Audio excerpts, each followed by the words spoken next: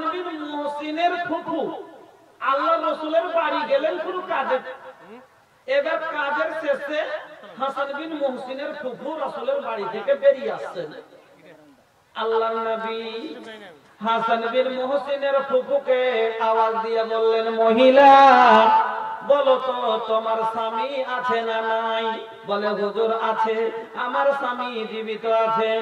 বলে ও হাসান বিন মুহসিনের ফুফু, তোমার স্বামীর সাথে তুমি কেমন ব্যবহার করো? তোমার স্বামীর খিদমত কিরকম করো, কতটা করো?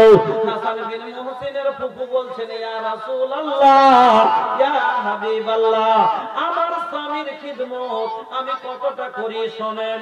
আমি যতক্ষণ খাস্তিয়া না যাই, আমি যতক্ষণ থকে না যাই, ক্লান্ত না হয়ে যায়, আমার পক্ষে যতটা সম্ভব, আমার যতক্ষণ আমার শক্তি জুটে, আমি আমার স্বামীর খিদমত করি।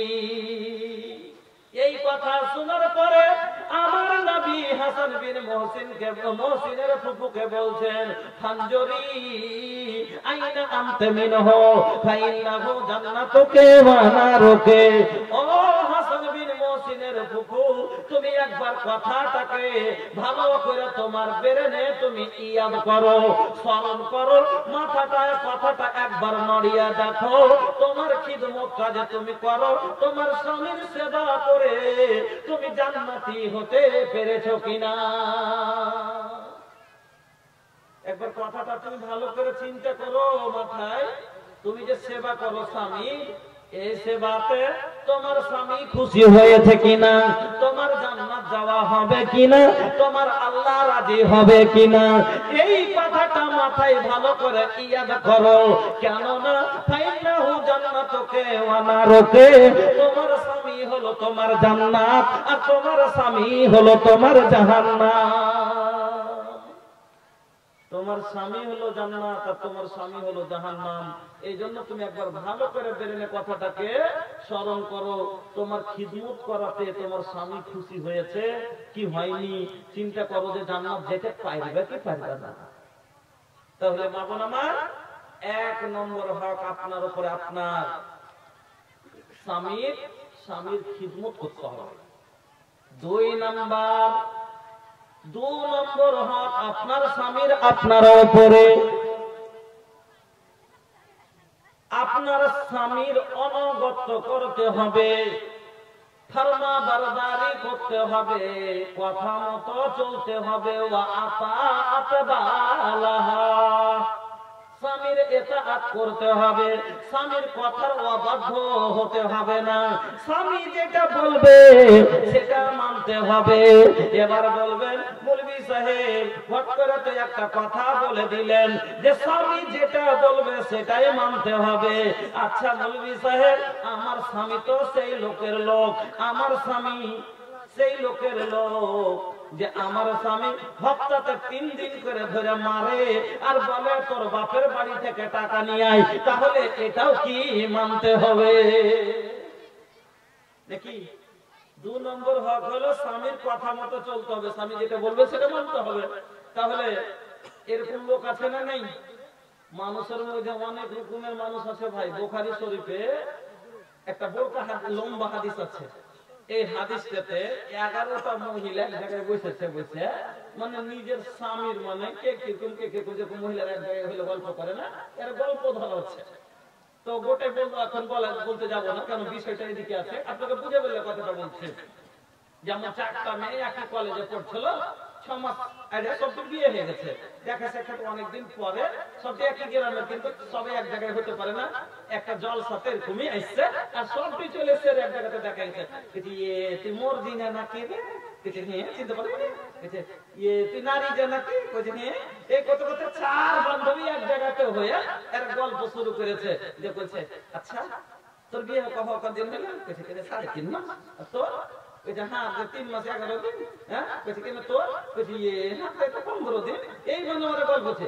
আচ্ছা তোর দুলহা কিরকম, তোর স্বামী কিরকম, শ্বশুর বাড়ি কিরকম, সব গল্প হয় না? হয়। ওই রকমই বুখারী শরীফে 11টা মহিলার কথা জিকির করেছে।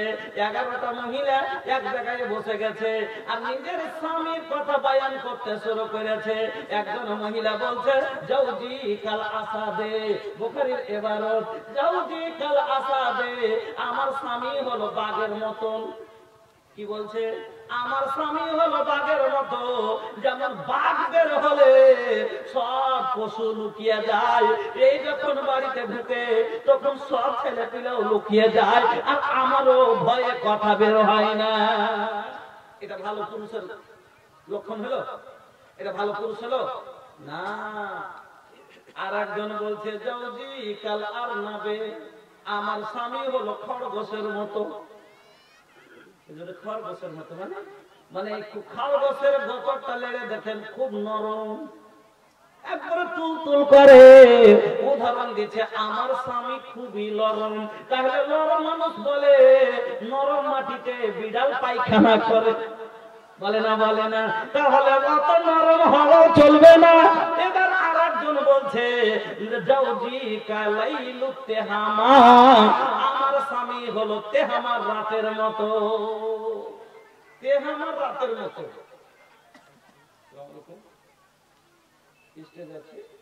পরে কথা বলবেন দর্শকদের। তেহামা একটা এমন জায়গা আছে যেখানে না ঠান্ডা হয় না গরম হয়, মানে এসির মতো, এয়ার কন্ডিশন। এই কত সুন্দর উদাহরণটা দিল, না গরম না নরম, একবার চলার মতো। তাহলে এটা ভালো লক্ষণ হলো সবচেয়ে। আমার বন্ধুরা, আমার মা বোনেরা, এবার মা বোন বলতে পারে এইরকম অনেক লোক আছে, আমার স্বামী আমাকে গাল দেয়, আমার স্বামী আমাকে মারে, অন্যায় কাজ করতে বলে। যেমন একটা চ্যাংড়া করেছে কি, দিল্লিতে দেখে এসছে মেয়েরা ছোট ছোট নেকেট কাপড় পরছে এখান থেকে, মিনি স্কার্ট আর গেঞ্জি গায়ে দিয়েছে, আর 2.5 কিলো আলকাতরা ঘুষে রোডে রোডে বেড়াইছে। ওকে দেখে খুব সুন্দর লেগেছে। এবার যাবো যে হাত গিয়ে দেখে খুব করে সাজাবো, এবার বাড়ি যাবো যে আমার স্ত্রীকে বলবো এগুলা পর আর সাজিয়ে নিয়ে আর খালার বাড়ি যাবো বেড়াইতে। এটা মডাল যুগ না, কেন যেটা হলো এক ডিজিটাল ইন্ডিয়া। এবার ডিজিটাল ইন্ডিয়ার একটু দেখাইতে হবে গুণ। বাড়ি এসে আসার পরে এবার স্ত্রীকে জামা কাপড় বের করে দিয়ে বলছে এগুলো পর। এত উঁচু একবারে গোল্লার চটি, चप्पल है ऊंची हील की और टोनी सी चाल, होठों को कर रही है लिपस्टिक लगा के लाल। चप्पल है ऊंची हील की और टोनी सी चाल, होठों को कर रही है लिपस्टिक लगा के लाल। सरोवर के सामने कोई जीनत नहीं रही, फातिमा से अब कोई औरत नहीं रही। এই উঁচা স্যান্ডেল নিয়ে এসে বলছে পর, আর এই মিনি স্কার্টটা পর, আর গেঞ্জিটা গায়ে দে, আর একটু ঠোঁট ঠোঁট পলিশ মেরে তার সাথে বারবার চল ঘুরতে যাবো। বুঝেছি কোন কথা কইছো? এগুলো কি পরার জিনিস নাকি? না এগুলো আমাদের সভ্যে যেগুলো করবো আমি পারবো না। বুঝতে টাকা মুলবি সাহেবরা কি এটাই কহে না, কহে যে পুরুষের কথা মানতে হবে। এনে সেদিন যার সাথে শুনিসনি, ওই মোবাইলটাতে শুনলি না, ভোজপুরি মুলবিটা কৌছিল যে স্ত্রী যদি আখার গোড়ায় থাকে আর একটা রুটি হাতে ঝুলছে, একটা খোলায় পড়ে আছে, আর স্বামী যদি ডাক দিয়ে দেয় হাতের রুটি ভেঙে দাও, খোলা রুটি ছেড়ে দাও, জ্বলছে জ্বলুক, আগে তো আমার স্বামীর জল আমন ঠান্ডা করো। সেদিন শুনিসনি ওয়াজ করতে তো কি আমি ডেকেছি তো তুই আসবি না, মানে আমার এটা ওয়াদা কেনে কহিনি স্বামীর ইতাআত করা লাগবে, স্বামীর অনুগত করতে হবে, স্বামীর কথা মতো চলতে হবে। এটাই তো আমি বলছি, আমার কথা মানবি না মানে পর। তাহলে কি করবে? করবে করবে আরো শুনবেন। এত দুনিয়াতে অনেক রকমের লোক আছে ভাই। আমাদের এলাকায় এই আষাঢ় মাসে একটা জলসা করে যাচ্ছি, রাত 1টার সময় আমি বাড়িতে ঢুকবো, গ্রাম দিয়ে যাচ্ছি। আল্লাহর কসম করে বলছি, মসজিদের দক্ষিণ সাইডখানে একটু পাঞ্জরে আষাঢ় মাসের খেতে কাদা, ওই কাদাতে একটা লোক আনন্দের ঘুম পাচ্ছে। কি জিনিস আছে ভাই যার যেটা খাইলে এত আনন্দের ঘুম জলে কাদাতে সব জায়গায় আছে? আপনারা জানেন কি জিনিসটা? কি জি ভাই?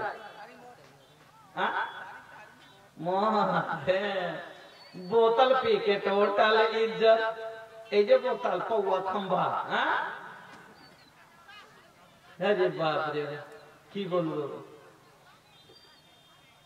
এই যে বোতল এত আনন্দের জিনিস যে কাদায় ঘুম চলে আসে, মশাই কামড়ালো ঘুম আসে, এই জিনিস খেয়ে মাতাল হয়ে রোজার অবস্থা। মৌলভী সাহেব, আমার স্বামী এমন একটা লোকের লোক, যে লোক যে আমার বিয়ে হয়েছে জানি না, আমাকে ঘটক ঠগিয়েছে। আমার ঘটক আমাকে বলেছে বড় ঘরে বিয়ে, বাবা বুঝতে পারেনি, আমি মাদ্রাসার পড়া মনে করে হয়তো আমার বাড়ি রিস্তে গেছে, মেনে বাবা বিয়ে দিয়ে দিয়েছে, জিজ্ঞেস করেনি। আমার স্বামী হলো মদখোর, এক ওয়াক্ত সালাত আদায় করে না, রমজানের রোজা রাখে না, তারপর আমি তার ভাত খাই। এই জন্য যেটা আমার ভাগ্যে লিখা ছিল হয়ে গেছে। কেন? জন লিখল বা কিসমত মা, জন লিখল বা কিসমত মা, উহে होखे वाला बा, জন লিখल बा किस्मत मां, उहे होखे वाला बा। ऐसन वैसन सोचला से, ऐसन वैसन सोचला से कुछ नहीं होला। এটা ওটা চিন্তা করলে কিছু হবে না, তকদিরের যেটা লেখা সেটা হবে। মৌলভী সাহেব, আমার বিয়ে যখন এরকম লোকের সাথে হয়েছে, আমি স্বামী মেনে নিয়েছি, আমি মাদ্রাসায় পড়েছি, একটা দোয়া পড়েছিলাম, আমানতু বিল্লাহি ওয়া মালাইকাতিহি ওয়া কুতুবিহি ওয়া রাসূলিহি ওয়াল ইয়াউমিল আখির ওয়াল কদরি খাইরিহি ওয়া শাররিহি মিনাল্লাহি তাআলা ওয়াল বা'স বা'দাল মাউত। ঈমানের কথা বলা হয়েছে। এক নম্বরে আল্লাহর উপরে ঈমান, মুসলিম হয়ে থাকার জন্য আল্লাহর উপরে ঈমান রাখা দরকার, রাসূলের উপরে ঈমান রাখা দরকার, কোরআনের উপরে বিশ্বাস রাখা দরকার, ফেরেশতার উপরে বিশ্বাস রাখা দরকার। কিয়ামত হবে এই বিশ্বাস রাখতে হবে, মরার পরে জীবিত হতে হবে এই বিশ্বাস রাখতে হবে, তকদিরের ভালো মন্দ আল্লাহর পক্ষ থেকে হয় এটার উপরে বিশ্বাস রাখতে হবে। আমি বিশ্বাস করি আল্লাহর ফায়সালাতে, আল্লাহ ফায়সালা করে দিয়েছে, এর সাথে আমারও ভাগ্য লেখা ছিল, বিয়ে হয়ে গেছে, আমি স্বামী মানি। কিন্তু আমার স্বামী এত বদমাশ যে এক ওয়াক্ত নামাজ পড়ে না, রোজা করে না, আমি রোজা করি। ওই অবস্থায় রোজা করে আছে স্ত্রী, উনি যে করে না, আর আসার পরে কইছে কইলে কোনটা আছে, কইছে মেয়ে দিতে আছে,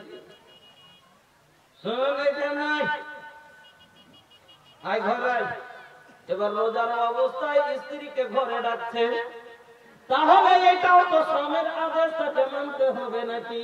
না বোন, আমার কথা শোনেন, লা তাআতা ফি মাসিয়াতিল্লাহ, যেই কাজটা করতে গেলে আল্লাহ অসন্তুষ্ট হবেন, যেই কাজটা করতে গেলে গুনাহ হবে, যেই কাজটা করতে গেলে আল্লাহর নাফরমানি হবে, ওই কাজটাতে স্বামীর কথা মানা যাবে না। যে কাজ করতে গেলে গুনাহ হবে, স্বামী যদি বলে তুই আমার কিনা স্ত্রী, পর পুরুষের কাছে যা টাকা ইনকাম করে আমাকে দে, তাহলে কি মানবে নাকি? মুখে জুতো মারতে হবে, মানতে হবে না। স্বামী যদি বলে যে তুমি এইরকম কাপড় পরো, তাহলে মানতে হবে না। স্বামী যদি বলে তুমি এরকম করো, তাহলে রোজার অবস্থায় ঘরে এসো, তাহলে মানতে হবে না। কিন্তু ভালো কাজের প্রত্যেকটা কথা আপনাকে আপনার স্বামীর মানতে হবে। কতদূর মানতে হবে মা আপনাকে বলে দিই। আপনার ভাইয়ের মৃত্যু লাশ রাখা আছে, আপনার কাছে ফোন এসেছে তোর ভাই মারা গেছে, আপনি এবার বাড়ির স্বামীকে বললেন ও গো আবুজাদের আব্বা, জানো বড় ভাই মারা গেছে, যা একটু দেখতে যাব। যদি বলে যায় না যাবি না, তাও যাওয়া যাবে না।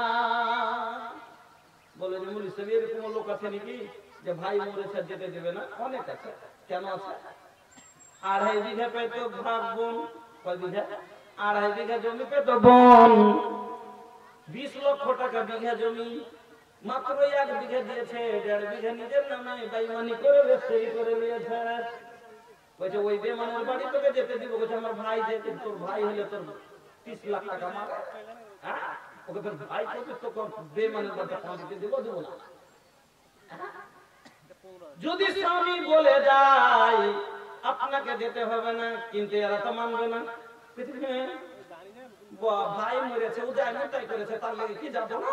যাবো তো যাবো। ওকে যদি বিয়ের হয়ে দেখ দেখাচ্ছে ওকে যাবো। তোকে বললাম তুই যাবি না, হ্যাঁ যাবো না। সব দিন মাইনাই না, আজ আমি মানবো না।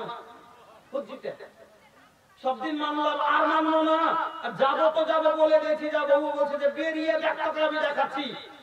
এবার ও যখন বেরিয়েছে, এটা একটা ডান তালিয়ে দিকে দাঁড়িয়েছে। ও যখন ডান তালে দাঁড়িয়েছে, ওখানে একটা ঝাঁটা পড়েছিল। ও বানাতে আঁচলটাকে ধরে গুঞ্জে লেখেছে, ঝাঁটাটা তুলে লেখেছে মদ লোকেছে, তাহলে সব দিন ওরে মেয়ে খেবে, আমি ঝেড়ে দেবো। किरदार बद पे ये खुद ही गुस्से में आएगी, किरदार बद पे ये खुद ही गुस्से में आएगी। सौहर दिखाए डंडा तो ये झाड़ू दिखाएगी, किरदार बद पे ये खुद ही गुस्से में आएगी। सौहर दिखाए डंडा तो ये झाड़ू दिखाएगी। लोगों इसीलिए आज घर में बरकत नहीं रही। এই কারণে আজ বাড়তে বরকত নাই। কেন কথাটা বললাম? যদি স্বামীর কথাটা তখনই মেনে নিত তাহলে ঝামেলা হতো না। এবার রাগারাগি হয়ে গেল, ও বলছে যাবে না, ও বলছে যাব। এবার ঝগড়া করে স্ত্রী বাড়ি থেকে বেরিয়ে চলে গেল, বাবার বাড়ি চলে গেছে। এবার ভাইয়েরা তো বুঝতে পারবে না, কিন্তু কুবুদ্ধি খুব দিতে পারবে। পারবে না? পারবে না। বলছে তুই কি ভারী হয়ে গেছিস, থাক তুই যাবি না। ও আটকে রেখেছে। ও বলছে স্বামী বলছে নিজের মনে গেছিস, নিজের মনে আসবি তো আসবি, আমিও যাব না। 1 মাস গেল, 2 মাস গেল, 3 মাস গেল, 6 মাসের মাথায় এবার কি এবার কোথায় গেল? ফায়সালা চলে গেল, কেস হয়ে গেল। এবার কেসে ও বলছে আমার ভরণ পোষণ দেয় না, আর ও বলছে আমার স্ত্রীকে ওরা আগুয়া করে রেখেছে, বিদায় দেয় না। দুই দিকে এবার কেসওয়ালার মাঝখানে মজা হয়ে গেল থানাওয়ালার। এ বলছে শ্বশুরকে হারাবো, শালাকে হারাবো, ও বলছে জামাইকে হারাবো।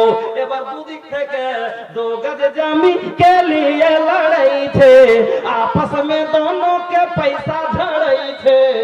দুদিক থেকে লড়ছে, দুদিকের পয়সা যাইছে। আর 2 गज जमी के लिए लड़ाई थे, आपस में दोनों के पैसा झड़ाई थे। अरे बर्बाद হইছে মালার মাকান, হায় রে মুসলমান, হায় রে মুসলমান। বরবাদ হইছে মালার মাকান, হায় রে মুসলমান, হায় রে মুসলমান। এদিকে বলছে টাকা পকেটে নাই, কইছে হার মানবো না, গাইটা বিক্রি করে দিব। গাভিটা বিক্রি হয়ে গেল। ওদিকে ভাই কইছে তোকে যেতে দিব না, মোটরসাইকেল বিক্রি করে দিব। এবার দুইজনেই করতে আছে। তো বলুন তো বাড়ির বরকত গেল না গেল না? বরবাদ হলো না হলো না? কিসের কারণে হলো? স্বামী অবাধ্য হওয়ার কারণে হলো। এই জন্য নবীজি বললেন ওয়া আতাআত বালাহা, স্বামীর ইতাআত করতে হবে। স্বামী যেটা বলবে সেটা মেনে নিতে হবে। শুধু গুনার কাজে যদি বলে তাহলে কিন্তু মানা যাবে না। তাহলে এবার আসুন তো 2 নম্বর হক পুরুষের স্ত্রীর উপরে কি বললাম? কথাগুলো মনে রাখেন। 1 নম্বর কি বললাম? স্বামীর খিদমত। 2 নম্বরে কি বললাম? স্বামীর কথা মতো চলতে হবে, স্বামীর অনুগত্য করা। ভালো মহিলার মধ্যে এটাও একটা গুণ আছে, গুণের কথা নবী বলেছেন। এবার নবী বলছেন মহিলাদের মধ্যে সবচেয়ে ভালো মহিলাকে। হাদিসটা শুনেন, কত সুন্দর হাদিস। আমার মা বোন, আল্লাহ পাকের নবী বলছেন সবচাইতে ভালো নারীকে। নবী বলছেন আল্লাতি তাসুরুহু ইযা নাযারা ওয়া তুতিউহু ইযা আমারা। কত সুন্দর করে নবী বলছেন আল্লাতি তাসুরুহু ইযা নাযারা, जब उसका शौहर उसे देखे तो खुश हो जाए। বুঝতে পারলেন না? মানে স্বামী দেখলেই খুশি হয়ে যাবে। ভালো মহিলার পহচান যে ও যে হালি থাকুক না কেন, যে কষ্ট তো থাকলো, স্বামীকে দেখলে খুশি করে দেবে। ভিতরে দুঃখের পাহাড় ভাঙছে, তারপরও এটি কাঞ্চল ঘরে বসে বসে যেমনি স্বামী বাড়িতে এসছে আইলেন মুটকি মেরে খেয়েছে ভিতরে ডাকা। এটা ভালো মহিলার পহচান। হ্যাঁ মা বোন, এবার আরো যদি ভালো করে বলতে চান তাহলে আরো একটু খুলে বলি। একটা চ্যাংড়া গেছে দিল্লি, বিয়ে করে 3 মাস বাড়িতে ছিল, তারপরে চলে গেছে দিল্লি। তো দিল্লি থেকে 3 মাস পরে বাড়ি আসছে। তো ভাই বাড়ি আসছে তো বাড়িতে তো খবর দেওয়া লাগবে। আর আল্লাহ রাসূল বলেছেন যে তোমরা যখন বিদেশ থেকে বাড়িতে ফিরবা বাড়িতে আগে খবর দিও। কেন? যখন স্বামী বাড়িতে থাকে না তো মহিলারা সাজুগুজু করে না, মহিলারা অতটা সাজ সিঙ্গার করে না যতটা স্বামী বাড়িতে থাকে।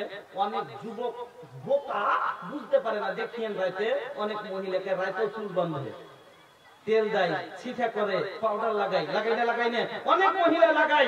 স্বামীর পাশে যাব, স্বামীকে যাতে ভালো লাগে, কিন্তু এই বোকা বুঝবে তো উপার সে পাউডার লেগে মহকে বের লেগে শুচ্ছে, আর এই বজুয়া খাইনি লাগিয়ে তখন থাপড়িয়া তখন পাঞ্জাবে শুচ্ছে।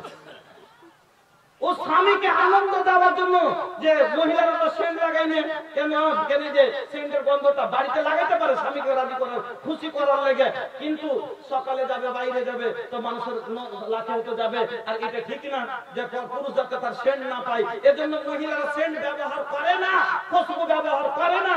কিন্তু পাউডার লাগাই কি লাগাই না, একটু মহাকা তেল লাগাই কি লাগাই না। কিন্তু বোকা বুঝবে না যে আমার স্ত্রী আমাকে আনন্দ দেওয়ার জন্য এই পাউডার লাগাচ্ছে, তেল লাগাচ্ছে, আর ই সুবহানাল্লাহ করে বিড়ি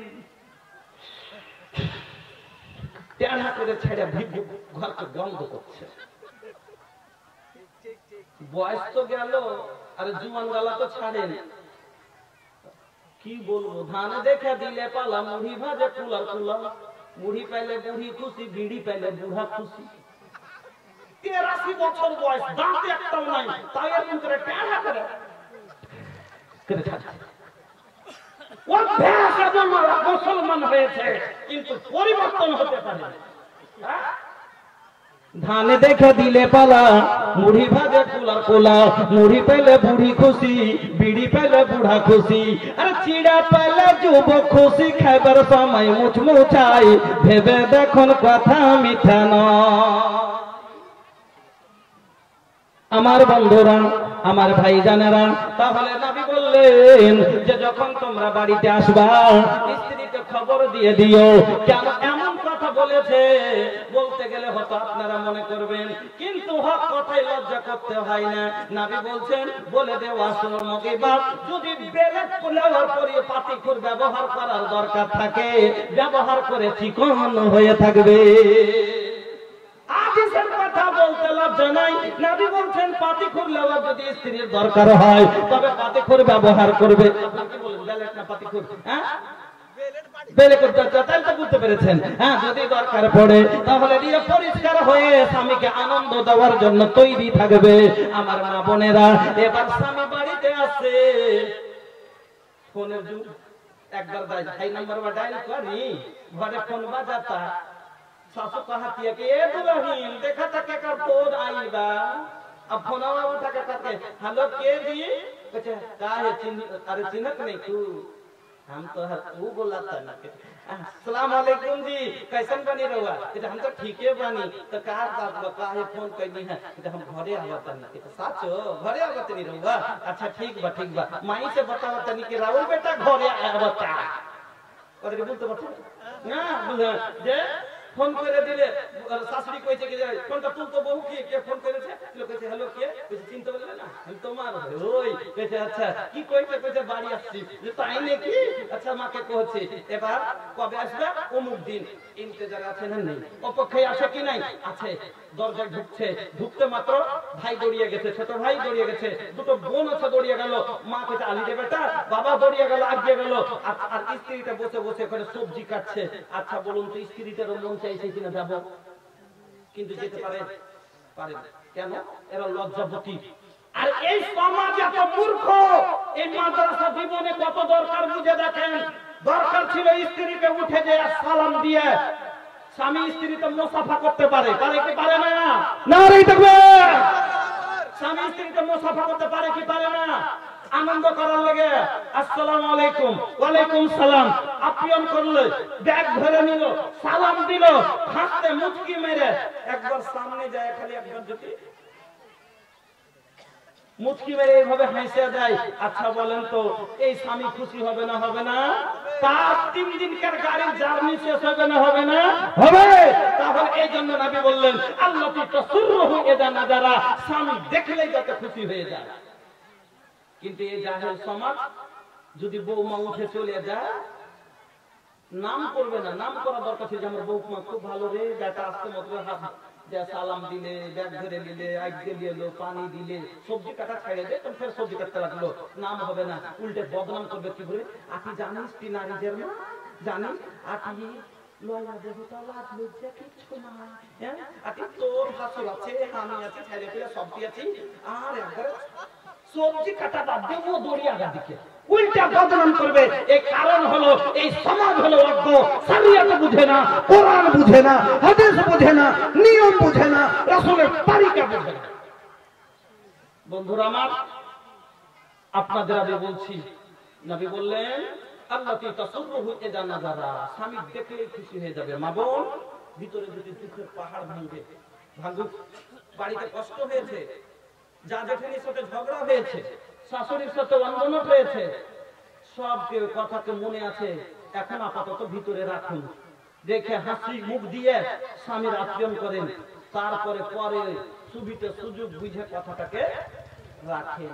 কিন্তু এই যায় কেমন উৎসব, খালি যখন শুনেছে 3 দিন আগে যে আসছে, 3 দিন থেকে ওর মেমোরি ঘুরেতে শুরু করেছে যে কি করবো আসতে গেলে। কেন?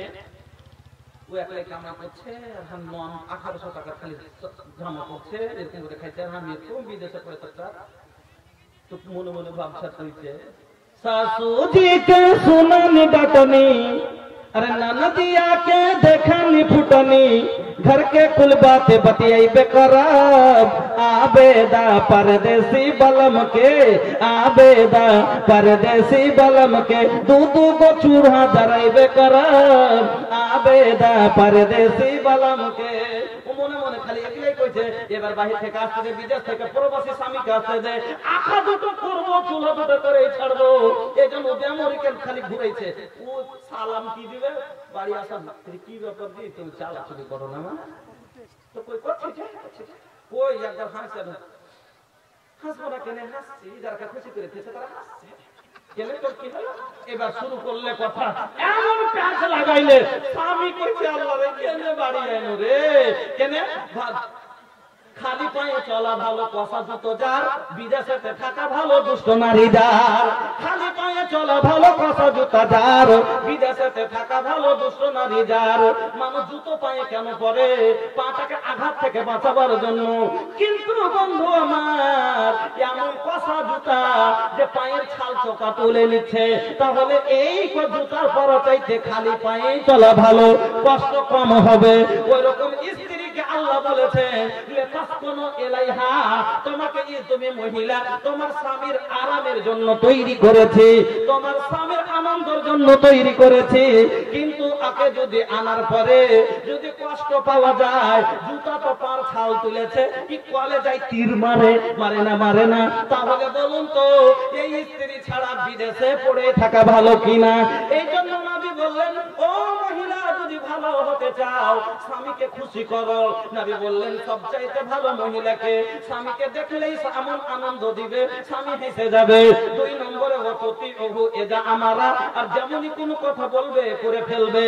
3 নম্বরে নবী কি বললেন, ওয়ালা তুখালিফুহু ফি নাফসিহা ওয়া মালিহা, আর মাল থেকে এবং তার দেহ থেকে, আত্মা থেকে, বডি থেকে যেটা স্বামী অপছন্দ করে সেটা কোনোদিন করবে না। এই কথাটা হয়তো সাফ করে বলতে পারলেন না, যে নিজের দেহ থেকে কি অপছন্দ।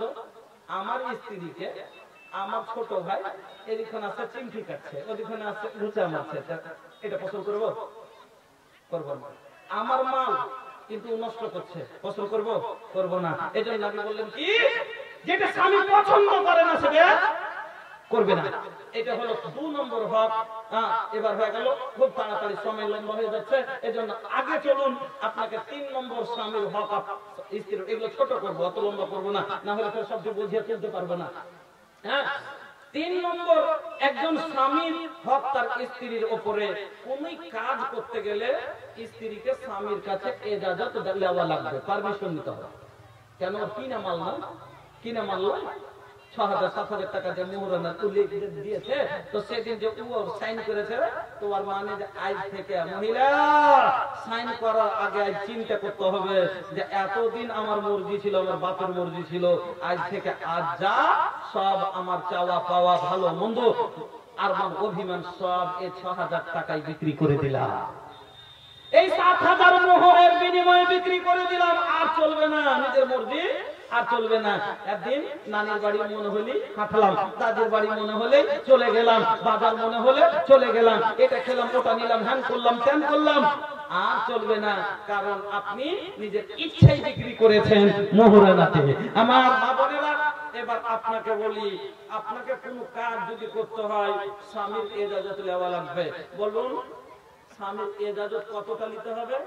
আর এগুলো কাজ তো ছাড়েন, আল্লাহ রাসূল বলছেন লা ইয়াহিল্লু লিল মারাতি আন তাসুমা ওয়া জাওজুহা শাহিদুন ইল্লা বিইذনি।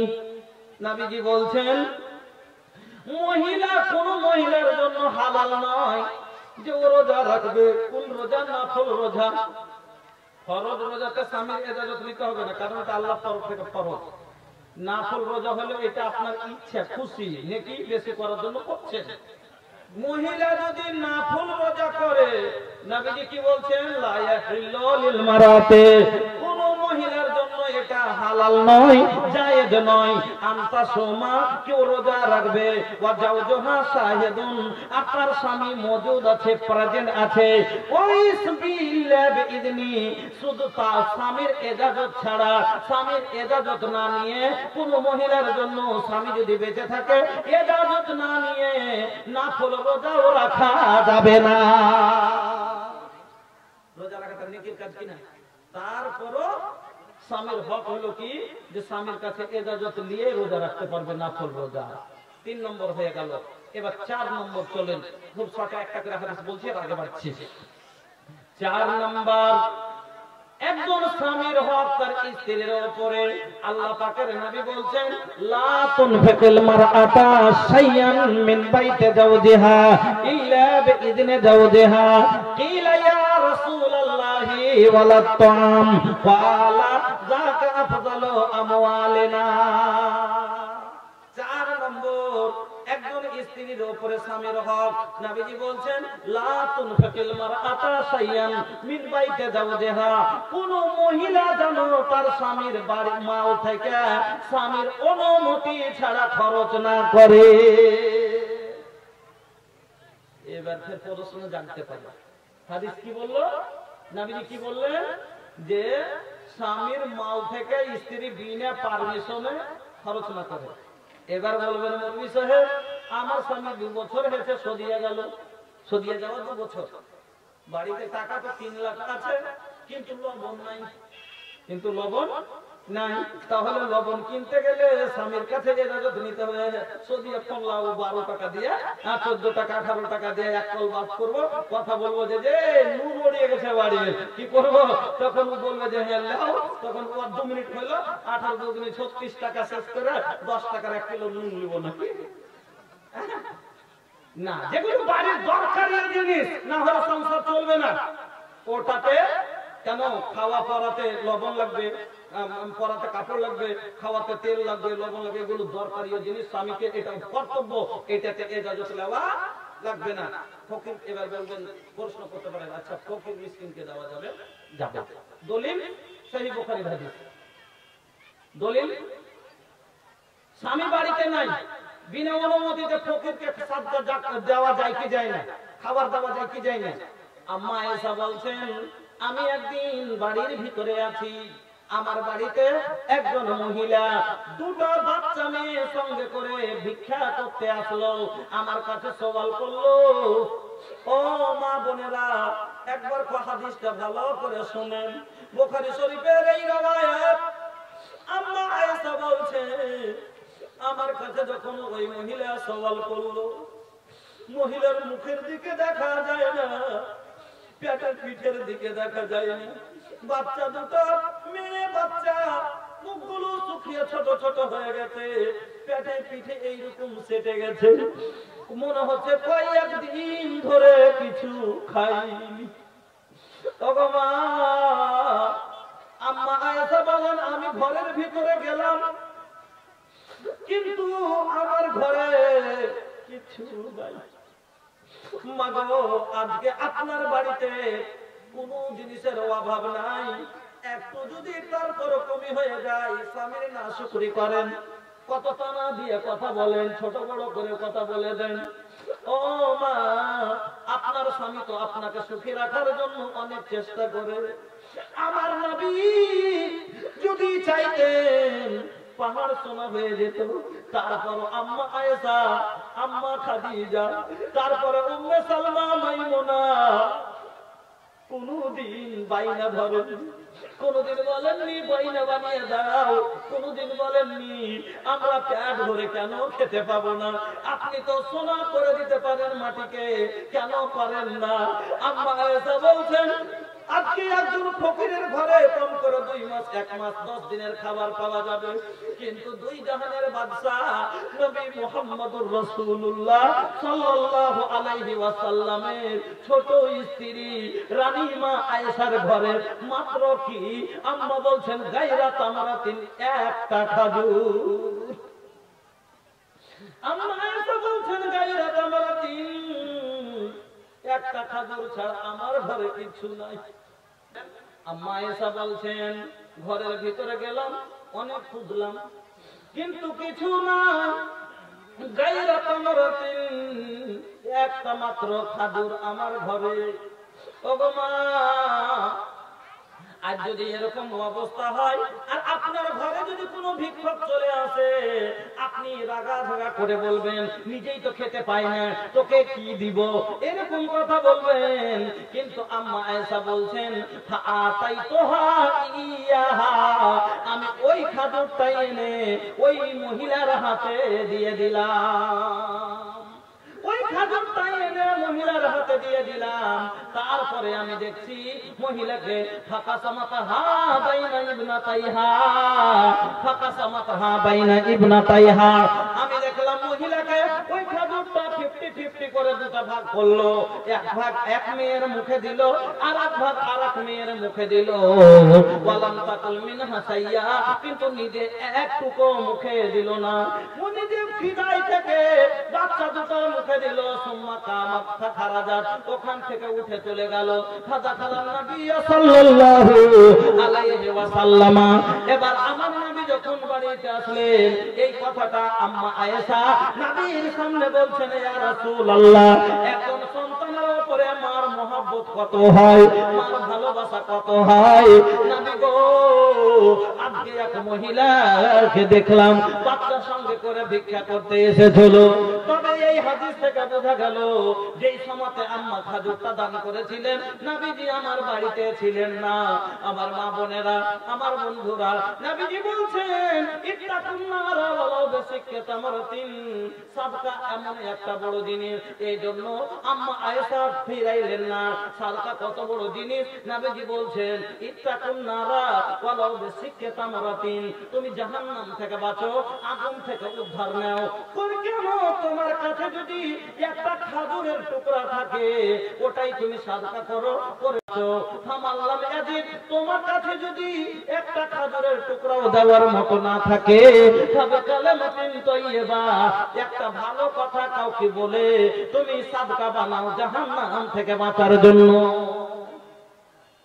এই হাদিস থেকে বুঝতে পারলেন সাদকা কত গুরুত্বপূর্ণ জিনিস। নবী বলছেন, সাদকা মানুষকে জাহান্নাম থেকে বাঁচিয়ে নিবে। এজন্য তোমার কাছে বেশি থাকলে বেশি সাদকা করো। যদি না জুটে, এত অধীন গরিব তুমি যে তোমার কাছে একটা খাজুরের টুকরা যদি থাকে, ওই টুকরোটাই তুমি কি করো আল্লাহর রাস্তায় দান করে সাদকা করে তুমি জাহান্নাম থেকে বাঁচার জারিয়া করে রাখো। হামাল্লাহ মিয়াজিদ তোমার যদি সেইটুকু না জুটে, এমন গরিব যে আধখান খাজুরও তোমার দেওয়ার মতো নাই, তো তুমি কি দেখবে তাহলে সাদকা বাঁচার লেগে? তো নবী বলছেন খাবে কালেমাতিন তাইয়্যিবা, কাউকে একটা ভালো কথা, হয়তো নামাজ পড়ে না, ওকে বলে দাও যে ভাই নামাজ পড়ো, একটা সাদকা করার নেকি পাওয়া যায়, কম করে এই সাদকাটা করে রাখো জাহান্নাম থেকে বাঁচার জন্য। তো বুঝতে পারলেন সাদকা মানুষকে জাহান্নাম থেকে বাঁচিয়ে নেবে।